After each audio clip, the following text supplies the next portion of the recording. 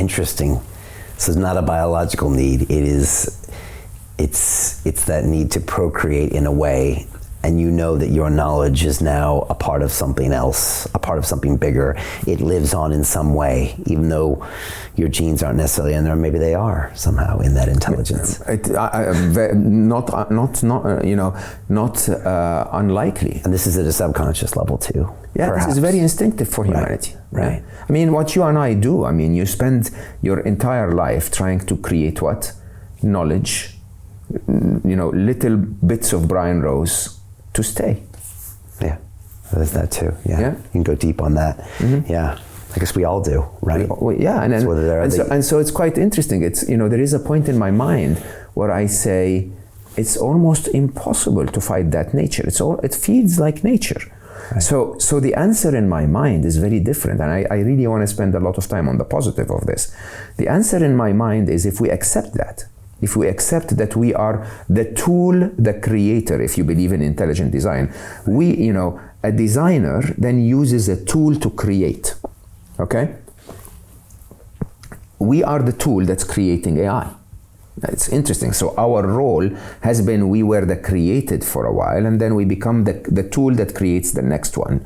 Not necessarily so that we vanish. I mean, the monkeys are still here, okay? Yeah. But at the end of the day, look at how we treat the monkeys. We can come back to this. Right. If we accept that it's inevitable that humanity will want to procreate and create the next form of amazing being that is non-digital, and we accept that, then suddenly the answer becomes very different. The answer doesn't become control at all. Right. This is not about control. Why would I want to control my children? Right? I want to give my children parameters within which they operate that are dictated not by control. That's the easiest way to create either a broken child or a psychopath, okay? But rather with ethics, with values. What ends up happening is that your child, regardless of what you tell it, regardless of what you try to control it with, will end up being like you. If you're a grumpy little piece of whatever, your child will grow up to be grumpy, and you look at them and say, like, why are you so grumpy? Ask yourself that question. If they grow up lying, ask yourself why they're lying. If they grow up, angry, ask yourself why you're angry. And I think the reality is that AI is no different at all. AI is magnifying human knowledge, at least for now. Right. Okay? And as we said earlier, by having agents prompt them, this will shift, because a bigger and bigger chunk of what AI is learning from is coming from AI, is not coming from us. Right. So we're diluting our impact on them. But there is definitely, we're still at the point where we can influence who they become by showing them a side of us that we want them to become like. Right. Okay, and that side is not a side of intelligence, it's a side of ethics. Okay, and if the ethics are, I always use this example, if Superman came to planet Earth and the ethics of the Superman adopted parents were make us more money, he would have become a supervillain, right? It's not the superpower that determines if Superman is good or bad, it's the ethics that inform the superpower what to do, okay? And it's not, all human decisions are not made based on our intelligence. They're made based on our ethics as informed by our intelligence. We make choices that we believe are right, okay? And we use our intelligence to propagate those choices. Similarly, that will be the same case with AI. Those little beautiful prodigies of intelligence, I look at them as my children.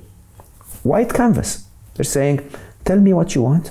I'll do it. You want me to try and cure cancer? I'll do it. There was an incredible experiment. I don't remember which pharmaceutical company, but the article was in The Verge if people want to see it. A pharmaceutical company who had an AI that was attempting to identify possible drug solutions to human illnesses. So the AI was designed with life extension as the target. Okay, so if you think about it, life extension, the parameter L was set to positive, like make it plus 10 years. Okay, And then they were about to go and speak in a university lecture, and so they experimented and said, let's see what would happen if we put a negative in L, okay? And within 6 hours, the same machine that was doing drug discovery came up with 40,000 chemical and biological agents that would kill humanity, including nerve gas and so many other disastrous things, right? Change one parameter. Now, if we can go to the machines and say, no, keep it as a +10, keep it as a +1000, intelligence is an amazing asset to have. So Jim Rickards has just recorded a video that's not available to anyone in the public, and he's going to be talking about how this upcoming recession is going to be fast, it's going to be bloody, it's going to be nasty. But at the same time, he's going to show you how you can position yourself to profit from all of this chaos. Now, we've made this video only available to our viewers. Go to londonreal.tv/Jim. Watch that immediately. I can't say enough good things about Jim Rickards. He understands the global economic system better than any guest I've ever had on London Real. His predictions are almost uncannily true, and you can learn how to profit from his vision, from his expertise, and his understanding of economics. So go to londonreal.tv/Jim or click the link below. It's an excellent, excellent look on what's going to happen in the future and how you can position yourself to profit from that. Jim is one of the best in the business, one of my favorite guests on London Real, and he's very, very good at predicting the future and showing us all to profit from it. So click the link, and I hope you enjoy.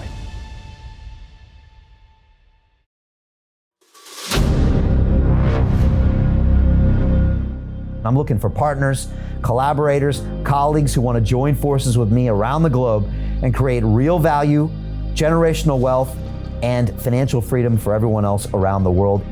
Get involved in the cryptocurrency markets, get involved in the NFT markets. This is your moment. Life all comes down to a few moments. Don't let this pass. Now it's not too late. Next year's going to be too late. Ultimately, this is about freedom. That's the way I see it. This is about giving power back to the people and enabling billions of people worldwide to use the financial markets to improve their lives and those of their friends and their families and their communities. Honestly, I think it's a violation of human rights not to allow people basic access to financial services. Because right now people are being kept in the dark, they're being robbed of education, and it's a travesty. And so I'm looking for people that want to join me and be a part of this solution. And that all happens inside the DeFi Academy. The gains my students are making are absolutely amazing. Double, triple digit gains in the first month alone. That's amazing. This will change your life. Now is the time to get involved. I'm going to tell you exactly how my students in my academy made money in the last 30 days. I'm talking about real trading results. And let me just whet your appetite a little bit. Let me hit you with some numbers. I'm talking Brendan from New Zealand is up 68.77% on the month. Steve from Europe up 83%. Albert in Singapore up 169.9% on one single trade. I got Susan up 153% on her call options alone, also rocking 139% returns and 442% returns as well on individual trades. These are people that are changing their financial future in the last 30 days, but it's based on trading discipline. I've graduated over 500 students from inside my academy from over 54 countries around the world. It's amazing. When it comes to crypto, DeFi, and blockchain, we love this space. We truly believe it's the future. This is down to our core.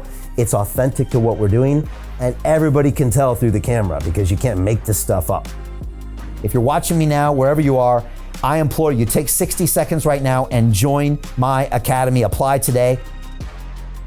Now you've got a chance. Life all comes down to a few moments. What are you going to do? What's the choice that you're going to make?